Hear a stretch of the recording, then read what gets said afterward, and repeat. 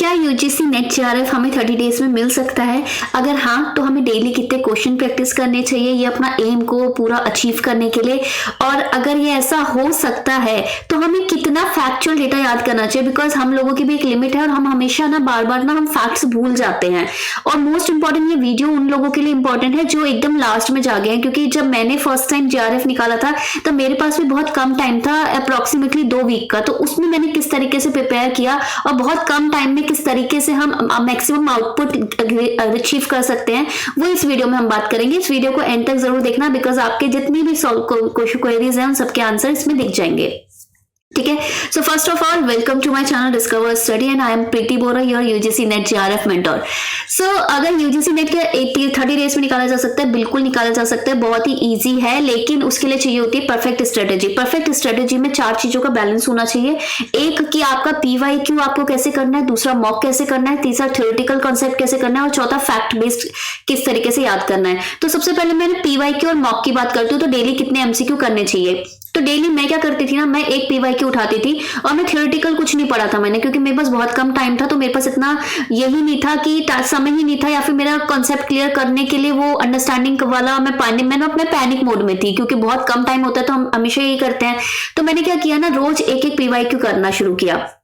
एक पीवाईक्यू जब मैं बोलती हूँ तो मैं पेपर 1 प्लस पेपर 2 दोनों की बात कर रही हूँ। ठीक है, पेपर 1 और पेपर 2 के मिला के 150 क्वेश्चन हो गए। और जो भी उस पेपर में जो इंपॉर्टेंट कॉन्सेप्ट होते रहते थे ना, तो मैं वो जाके पढ़ लेती थी। यानी कि मैं पेपर सिर्फ करने से मेरा मतलब नहीं होता था, मेरा मतलब होता था कि पेपर को एनालाइज करना है। एनालिसिस का मतलब ये होता है कि अगर उस पेपर में कोई भी एक इंपॉर्टेंट कॉन्सेप्ट दे रखा है तो वो भी जाके आप साथ साथ पढ़ लो। तो इस तरीके से ना मेरे ना 150 टॉपिक तैयार हो जाते थे एक दिन में। इसके अलावा मैं क्या करती थी ना, जो टॉपिक मैंने पढ़ रखे हैं और जो मुझे लग रहा है कि बहुत ज्यादा थ्योरेटिकल है, तो उसका क्या मैं करती थी कि पेपर 2 के 75 एक्स्ट्रा क्वेश्चंस, जो कि मेरी अरिहंत की जो बुक थी, मैंने अरिहंत की बुक रेफर करी थी जो एमसीक्यू वाली है, क्योंकि उसमें टॉपिक वाइज आपको सब कुछ मिल जाएगा। 75 पेपर 2 के और 25 पेपर 1 के जो पेपर हैं केवीएस मैदान, ठीक है, उधर उससे कर लो। ठीक है, तो टोटल जो मेरा एमसीक्यू का होता था, डेली में 250 एमसीक्यू करते थे, बिकॉज मेरे पास सिर्फ 15 दिन थे। आप लोग क्या कर सकते हो, आप डेली 200 क्वेश्चन भी करोगे तो भी चलेगा। ठीक है, सोचो ना, डेली 200 क्वेश्चन कर रहे हो, 30 दिन में कितने क्वेश्चन हो गए? ठीक है, 30 दिन में आपके कम से कम 6000 क्वेश्चन हो गए। ठीक है, तो बहुत ही इंपॉर्टेंट ये आपका रहने वाला है, बहुत ही मजबूत ये बेस आपका बना देगा एंड डेफिनेटली इससे आपका एग्जाम निकल रह जाएगा। दूसरा बात, हम जो मेन टॉपिक हमारा मेन होता है कंफ्यूजन का, वो ये होता है कि फैक्ट्स पे हम कितना रिलाई करें, क्योंकि फैक्ट्स ऐसी हमारा कुंजी होती है जो हमें कभी याद नहीं होती और हमेशा एग्जाम में आती है। तो पहले मैं आपको बता देती हूँ कि फैक्ट्स क्यों ज्यादा जरूरी है। तो हमारा अगर मैं पेपर 2 को मैं डीकंस्ट्रक्ट करूं, तो पेपर 2 में 40 क्वेश्चन आपके डायरेक्टली 1 वर्ड फैक्चुअल वाले आते हैं, 25 क्वेश्चन आपके पास एनालिसिस वाले होते हैं और 5 क्वेश्चन आपके पास असर्शन रीजनिंग। ठीक है, ये 30 क्वेश्चन का सेट होगा जो कि आपको एनालिटिकल क्वेश्चन है। 10 क्वेश्चन आपके पैसेज में से आएंगे।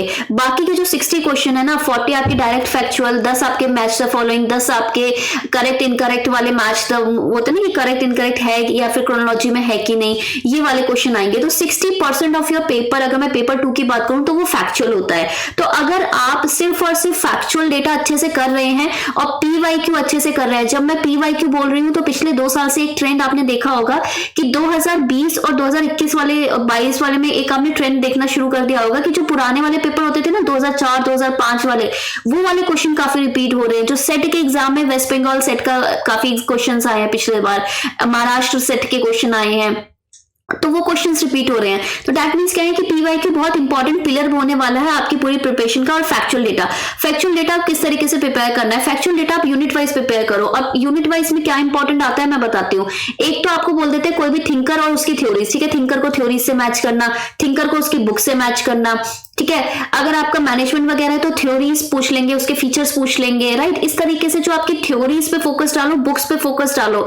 ठीक है, तो इस तरीके से आप यूनिट वाइज करोगे ना तो ही आपका पूरा क्लैरिटी आएगी। और अगर आपको यूनिट वाइज ये एमसीक्यू करने, ये सारी चीजें करनी है, तो जो मेरा यूट्यूब चैनल है डिस्कवर स्टडी विद प्रीति बोरा, वहां पे मैं आजकल एक सीरीज चला रही हूँ पॉलिटिकल साइंस वाले बच्चों के लिए, जिसमें मैं डेली आपको एमसीक्यू कराती हूँ। ठीक है, डेली आपको 1 लाइनर फैक्ट कराती हूँ और उसकी बदौलत आप देखोगे ना कि वो ऐसे एमसीक्यू है जो आप बोलोगे यार मैम बाहर जो आता है, देखो बाहर ना हम बोलते हैं ना कि एग्जाम में चीजें बाहर से आ रही है, बाहर से कुछ नहीं आता, वो सेम सिलेबस का ही कुछ ना कुछ पार्ट होता है, बट आपने वो चीज कवर नहीं की होती है, आपने डिटेल में नहीं पढ़ा होता। तो वो सब चीजें आपको मिल जाएगी, आप यूट्यूब में जाके वीडियो देखिए वो सारी। ठीक है, और आप नीचे कमेंट करके बताइए आपकी और भी कोई क्वेरीज है तो हम सारी वो क्वेरीज भी सॉल्व कर लेंगे। ठीक है, bye bye, take care, have a nice day. Like जरूर कीजिएगा एंड शेयर जरूर कीजिएगा।